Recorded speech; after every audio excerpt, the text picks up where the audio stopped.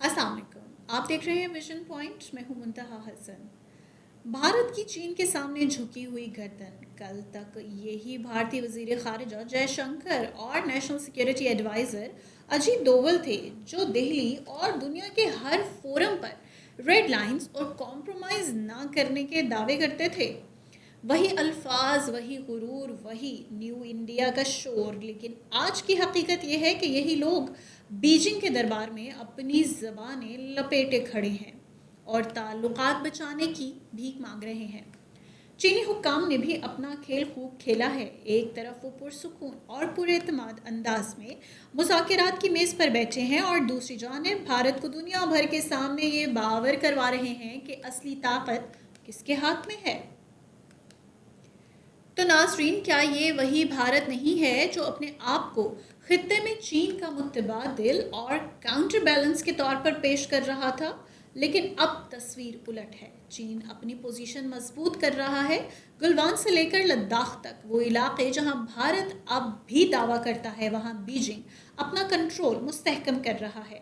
और दिल्ली दिल्ली इस कड़वी हकीकत को निगलने पर मजबूर है कि इसके नारे और डींगे ज़मीन पर गिर चुके हैं। ये सब क्यों कर हुआ?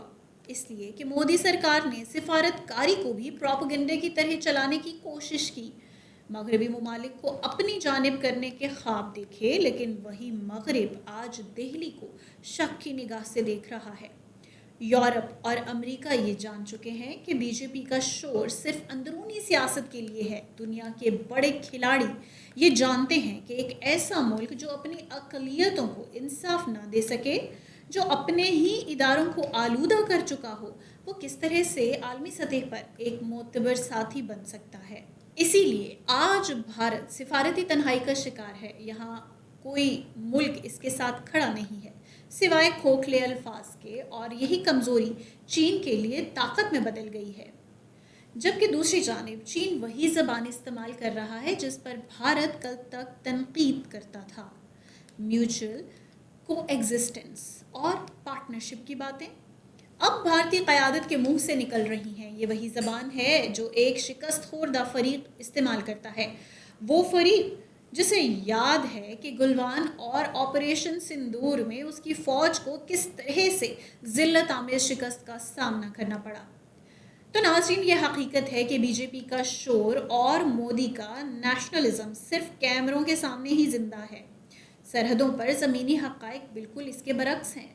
भारत को बार बार ये एहसास दिलाया जा रहा है कि चीन के मुकाबले में इसकी हैसियत एक जूनियर पार्टनर से ज़्यादा कुछ भी नहीं। यही है असल भारत, एक ऐसा भारत जिसने न्यू इंडिया के नाम पर दुनिया को ख्वाब दिखाए, लेकिन हकीकत में अपनी पोजीशन को मज़ीद कमज़ोर कर बैठा। अब सवाल ये है, क्या भारत अपनी इस शिकस्त खोरदा जहनीत से बाहर निकल सकता है? क्या वो अपनी ही खारिजा पॉलिसी को प्रोपेगेंडा की बजाय हकीकत पसंदी पर ला सकता है? या फिर आने वाले दिनों में ये दुनिया देखेगी कि चीन और भारत के ताल्लुकात सिर्फ उसी वक्त आगे बढ़ सकते हैं जब दिल्ली झुकने पर राजी हो। यह है मौजूदा तस्वीर। एक जानिब चीन का एतमाद और दूसरी जानिब भारत की झुकी हुई गर्दन। नाज़रीन, ये वही हकीकत है जिसे मोदी हुकूमत छुपाने की कोशिशें करती है, लेकिन जिसे तारीख कभी नहीं भूलेगी। विजन पॉइंट से फिलवक्त इतना ही। देखते रहिए विजन पॉइंट।